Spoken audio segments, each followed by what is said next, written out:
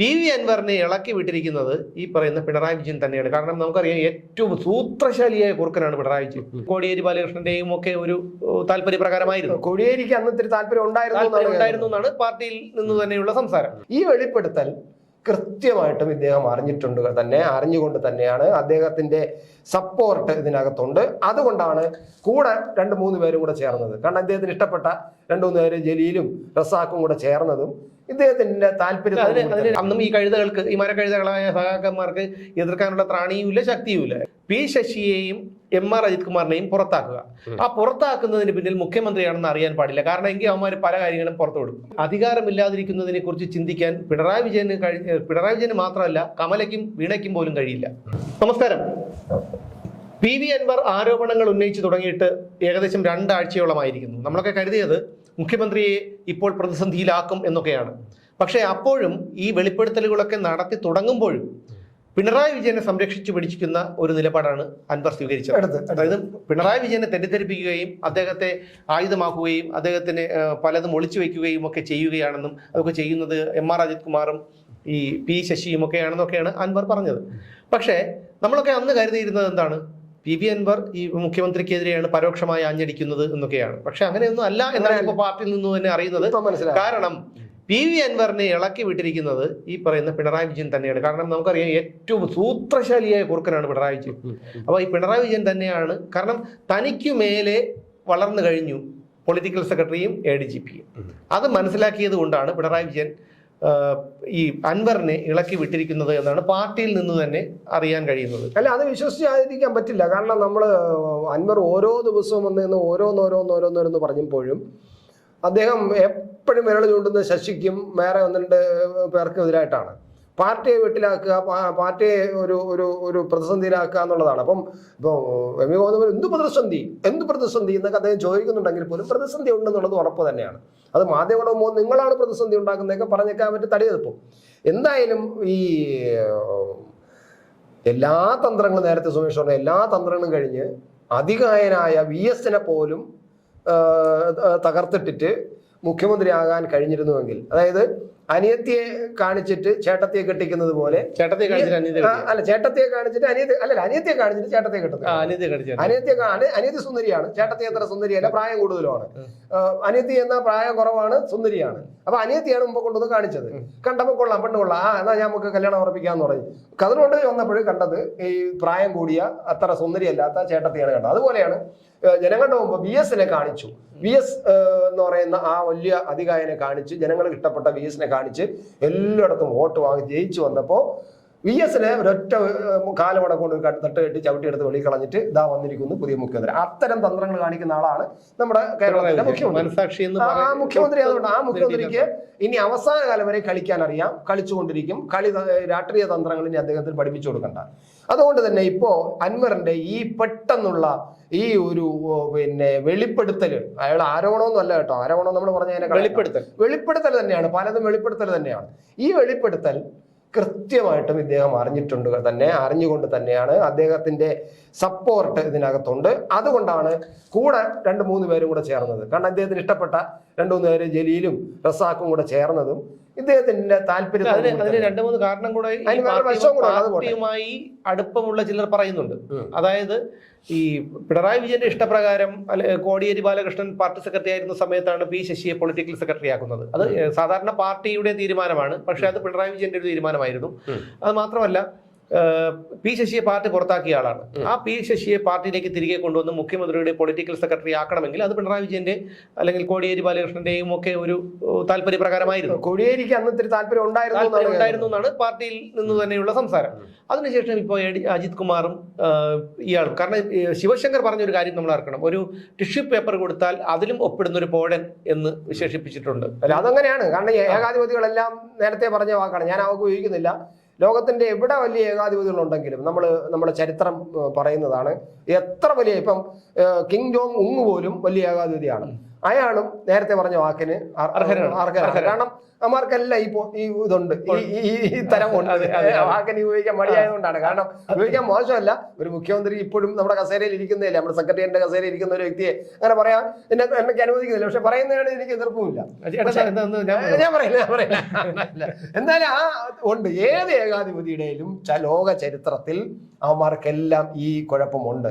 കാരണം അതാണ് അവന്മാരെ തകർക്കുന്നത്. അല്ല അത് മാത്രമല്ല ഇതില് എന്ന് വെച്ച് കഴിഞ്ഞാൽ പിണറായി വിജയന്റെ കയ്യിൽ നിയന്ത്രണത്തിൽ നിന്നും വിട്ടുപോയി കഴിഞ്ഞിരിക്കുകയാണ് ഈ രണ്ടുപേരും. പക്ഷേ ഈ രണ്ടുപേരും ഇവർ മൂന്നുപേരും കൂടി കൂട്ടായി ചേർന്നുകൊണ്ട് പല കാര്യങ്ങളും ചെയ്തിട്ടുണ്ട്. എല്ലാവർക്കും അറിയാവുന്ന ഒരു കാര്യമാണ്. അതിൽ പലരും പറഞ്ഞു കേൾക്കുന്നുണ്ട്. കാരണം എന്തൊക്കെ ആയിക്കോട്ടെ, കാരണം ഇപ്പോഴും ADGPയെ ചേർത്ത് നിർത്തുന്നെങ്കിൽ പിണറായി രണ്ട് കാര്യങ്ങളുണ്ട്. അതായത് പി ശശിയെയും MR അജിത് കുമാറിനെയും പുറത്താക്കുക. ആ പുറത്താക്കുന്നതിന് പിന്നിൽ മുഖ്യമന്ത്രിയാണെന്ന് അറിയാൻ പാടില്ല. കാരണം എങ്കിൽ അവന്മാർ പല കാര്യങ്ങളും പുറത്തുവിടും. അതുകൊണ്ട് ജനസമ്മർദ്ദവും പാർട്ടിയിൽ നിന്നുള്ള സമ്മർദ്ദവും ഉണ്ടാക്കിയിട്ട് അത് സംരക്ഷിച്ച് പിടിക്കുന്നു എന്നൊരു തോന്നൽ ഇവന്മാർക്ക് ഉണ്ടാവുകയും ചെയ്യണം. അതാണ് അവസാനം വരെ ഇപ്പം സംരക്ഷിച്ചുകൊണ്ടിരിക്കുന്നത്. പുള്ളിക്കാരൻ ആകെ നാണം കിട്ടാണ്. ഞാൻ എന്തായാലും നാണം കിട്ടവനാണ്. അപ്പൊ എനിക്ക് എന്ത് നാണം കിട്ടാൻ, ഞാനൊരു നാണം കിട്ടാൻ തന്നെയാണ്. എനിക്ക് എന്ത് നാണം കിട്ടാൻ ഇത് എടുക്കാം, എന്ത് നിലപാട് കൊടുക്കുക, അത് എന്റെ കാര്യം. ഞാൻ നാണം കിട്ടവനാണെന്ന് ജനങ്ങൾക്ക് അറിയാമെന്ന് അങ്ങനെയൊക്കെ തന്നെ അറിയാം. അതുകൊണ്ട് എന്താണ് ഇപ്പൊ ജനങ്ങൾ അങ്ങനെ വിചാരിച്ചാലും കരുതില്ല. ജനങ്ങൾക്ക് പുല്ല് വില കൊടുക്കുന്ന ഒരു ഭരണാധികാരിയാണ് പിണറായി വിജയൻ.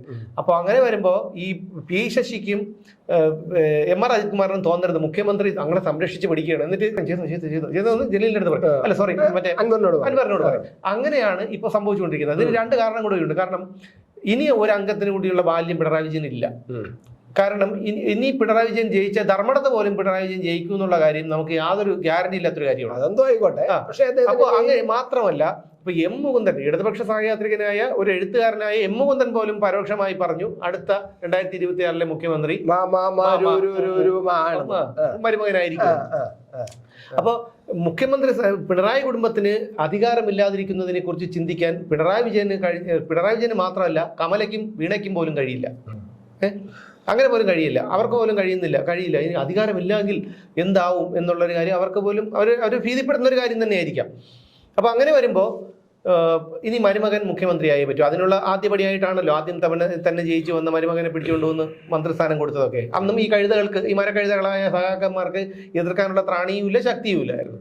ഇനി അടുത്തെന്താണ്, ഇനി ന്യൂനപക്ഷത്തെ ഞാൻ മുമ്പ് പലപ്പോഴും പറഞ്ഞതുപോലെ അതുകൊണ്ടാണല്ലോ അൻവറും ജലീലും റസാഖും പിന്നെ UDF-ലെ ഹസനും ഉൾപ്പെടെയുള്ളവർ ഇതിനെ അൻവറിനെ അനുകൂലിച്ചുകൊണ്ടിരിക്കുന്നത്. അതായത് ന്യൂനപക്ഷത്തെ ഒരു ആള് മുഖ്യമന്ത്രി ആകട്ടെ എന്നൊരു ഒരു നിർദ്ദേശം മുന്നോട്ട് വയ്ക്കും. ആ നിർദ്ദേശം മുന്നോട്ട് വയ്ക്കുമ്പോൾ അത് മറ്റാര് ന്യൂനപക്ഷത്തെ മറ്റാരാണ് സ്വന്തം മരുമകൻ. പിന്നെ ഒരു ന്യൂനപക്ഷം, പിന്നെ ഒരു ചെറുപ്പക്കാരൻ, പ്രായം കുറഞ്ഞവൻ. ഇപ്പൊ ഇന്ത്യയിൽ വലിയ ചരിത്രത്തിലെ ഏറ്റവും പ്രായം കുറഞ്ഞ മുഖ്യമന്ത്രി എന്നൊക്കെ പേര് വന്നൂടെ? മാത്രമല്ല അമ്മാവന്റെ മരുമകനും മുഖ്യമന്ത്രി, ഇങ്ങനെ പത്രത്തിന്റെ തലക്കെട്ടൊക്കെ ഇങ്ങനെ സംഭവം വരില്ല. അങ്ങനെയൊക്കെ ഇപ്പം വേണുവും ശാരദാ മുരളീധരനും മാറിയപ്പോഴും ഒരു വല്ലാത്ത വാർത്ത വന്നു. ചീഫ് സെക്രട്ടറി സ്ഥാനം മാറി. അതുപോലെ ഭയങ്കരമായിട്ടൊക്കെ അപ്പൊ വലിയ ഗുണമല്ല, കേരളത്തിലെ വലിയ നല്ല അഭിമാനമല്ല. അപ്പൊ മരുമകനെ മുഖ്യമന്ത്രി 1.5 കൊല്ലമുണ്ട്. ഈ 1.5 കൊല്ലം കൊണ്ട് ക്ലീൻ ഇമേജുകൾ ഉണ്ടാക്കിയെടുക്കാം. കാരണം ഇവര് പുറത്ത് പോയി കഴിഞ്ഞാൽ ഇവർ പുറത്ത് പോകാതിരിക്കുന്നത് പലതിനും തടസ്സമാണ്. കാരണം ശശി പറയും, പോലീസുകാരെടുത്ത് പറയും, പ്ലാച്ചനെ അടിച്ചോളാൻ പറയും ഈ പ്രതിഷേധിക്കുന്നവരെയൊക്കെ. അതുകൊണ്ടാണല്ലോ പോലീസുകാർ ഇത്തരത്തിലുള്ള നടപടികൾ എടുക്കുന്നത്. ഇതിനകത്ത് ഈ അധികാരത്തിൽ ഇടനാഴിയിൽ നടക്കുന്നത് നമ്മളൊന്നും കാണാത്ത സംഭവങ്ങളാണ്, തന്ത്രങ്ങളും പിന്നെ വേലത്തരങ്ങളും ആയിരിക്കാം. ഒരുപക്ഷെ ഈ മരുമോന്റെ ചില പരിപാടികളൊന്നും ഈ ശശിയും ADGPയും വലിയ താല്പര്യം എടുക്കാതെ ചിലപ്പം അഡ്ജസ്റ്റ് ചെയ്തിട്ട് കാണും. അതും കൂടെ ആണ് ഇതിന്റെ പ്രധാനം. അതൊക്കെ ഇനി വരും. അതൊക്കെ ശരിയാണ്. അൻവർ എപ്പോഴും ഒരു കൈക്കോടാലിയായിരുന്നു. പിണറായി വിജയൻ എപ്പോഴും ഇങ്ങനെ വഴി വെട്ടിത്തെളിക്കാൻ കൊണ്ടു കിടക്കുന്ന ഒരു കൈക്കോടാലി, വെട്ടി പോകുന്ന ഒരു തന്നെയാണ്. ഇപ്പോഴും അത് തന്നെയാണ്. കാരണം അൻവറിനെ ഇറക്കി കളിച്ചിരിക്കുന്നത് എന്ന് പറഞ്ഞാൽ ഇവന്മാരെ മാറ്റണം, ഈ രണ്ടുപേരെ മാറ്റണം. എന്നാൽ അത് പിണറായി വിജയൻ സംരക്ഷിക്കുന്നു എന്നുള്ളൊരു തോന്നൽ അവർക്ക് ഉണ്ടാകുകയും വേണം. എന്നിട്ട് പോലീസിനോട് അന്വേഷണം നടത്തി റിപ്പോർട്ട് കൊണ്ടുവന്നിട്ട് ഇതെല്ലാം കഴിഞ്ഞിട്ട് അൻവർ പറഞ്ഞത് കൊണ്ടും അങ്ങനെ ഞങ്ങൾക്ക് നിങ്ങളുടെ ഒരു കുഴപ്പമില്ല, എനിക്ക് നിങ്ങൾ കൂടുതൽ ഇങ്ങനെ ഇത് ഞാൻ പറയുന്നത് പാർട്ടിയിൽ നിന്ന് കിട്ടുന്ന, പാർട്ടി നേതാക്കളിൽ നിന്ന് കിട്ടുന്ന സൂചന അനുസരിച്ചിട്ടാണ് ഞാൻ പറയുന്നത്. അതെല്ലാം അറിയാന്നേ. പാർട്ടിയിൽ നല്ല ഒരു വിഭാഗം, ശക്തമായ ഒരു വിഭാഗം, ഒരു അല്ലാത്തൊരു എനിക്ക് മനസ്സിലാവാത്തത് കഴിഞ്ഞാൽ തീരാവുന്ന ഒരു പ്രശ്നം മാത്രമേ ഇപ്പോ ഏകദേശം ഈ പാർട്ടിക്കുള്ളൂ. ഇതിന് ചുമന്നുകൊണ്ട് കിടക്കണം എന്തിനാണ് ഈ അത് അധികാരവും മറ്റു കാര്യങ്ങളും. അത് ചില നമ്മൾ ലോക ചരിത്രങ്ങൾ പഠിക്കുമ്പോൾ അതിന് കുറെ കാലം. ശരി, എന്തായാലും കാര്യങ്ങളൊക്കെ പുറത്തു വരട്ടെ. കാരണം ഇത് ഞാൻ മുമ്പ് പലപ്പോഴും പലപ്പോഴും പറയാറുള്ളത് പോലെ ഈ ശിക്ഷയും കോടതിയൊക്കെ നമ്മളെപ്പോലുള്ള പാവങ്ങൾക്ക് അനുഭവിക്കാൻ വിധിക്കപ്പെട്ടവരാണല്ലോ. ഇവന്മാർക്കൊക്കെ ഒന്നുമില്ല, ജനങ്ങളുടെ പണം കൊണ്ട് അവന്മാർ തിന്നുന്നു, അവന്മാരെ തലയിൽ വരച്ച് നമ്മളെ ആസനത്തിലെങ്കിലും ഒന്ന് വരച്ചാൽ മതിയായിരുന്നു അടുത്ത ജന്മമെങ്കിലും. എന്തായിരുന്നാലും ഇതിനൊന്നും ഒരുപാട് നിലനിൽപ്പില്ല എന്നുള്ള അധികാര ഇടനാഴിയിലെ ഏറ്റവും ഗുരുതരമായ സംഭവങ്ങൾ നമ്മൾ അറിയുന്നത് ഇപ്പൊ കേരളത്തിൽ മറ്റു പല സിനിമകളിൽ പോലും കേട്ടിട്ടില്ല. അതെ, സിനിമകളിലൊക്കെ നമ്മൾ പഴയ സിനിമകളിലൊക്കെ കണ്ടു, അതായത് അന്യ ഭാഷാ സിനിമകളിലൊക്കെ ഇത്തരം കാര്യങ്ങൾ ആന്ധ്രാപ്രദേശിലും അതുപോലെ പിന്നെ ഹിന്ദി സംസ്ഥാനങ്ങളിലൊക്കെ. പക്ഷെ കേരളത്തിൽ ഇത് ആദ്യമാണ്. എന്തായാലും ഇദ്ദേഹം വന്നുകൊണ്ട് കേരളത്തിൽ അത്തരത്തിലുള്ള ഈ അണ്ടർവേൾഡ് ടീമുകൾ ഭരണത്തെ നയിക്കുന്നത് പഠിക്കാൻ കഴിയും. ഇനി ഇതിനൊരു മാറ്റമൊന്നും വരാൻ പോകുന്നില്ല എന്ന് വെച്ചാലേ, ഇതിനെ പിൻപറ്റി ഇനി വേറെ ഏതൊരു പാർട്ടി വന്നാലും ഇത്തരത്തിലുള്ള ആൾക്കാരൊക്കെ ഇതിൽ കടന്നുകൂടും. പോലീസിലും കടന്നുകൂടും, രാഷ്ട്രീയത്തിലും കടന്നുകൂടും, മറ്റെല്ലാ മേഖലകളിലും കടന്നുകൂടും. ഇവരുടെയൊക്കെ അങ്ങനെയുള്ളവരാണല്ലോ ഉള്ളത്. ഇവര് അല്ല, ഞാൻ പറഞ്ഞ CPM മാത്രമല്ല പറഞ്ഞ, ഇനി വരുന്നവരും എത്തിക്കഴിഞ്ഞു. ക്യാൻസർ പോലെയാണല്ലോ, പടർന്നുകൊണ്ടേയിരിക്കും. അപ്പൊ ഇതെല്ലാം അനുഭവിക്കാൻ വിധിക്കപ്പെട്ടവരാണ് ഞാനും നിങ്ങളും ഒക്കെയുള്ള സാധാരണക്കാര്. വരുന്നവർ വരട്ടെ.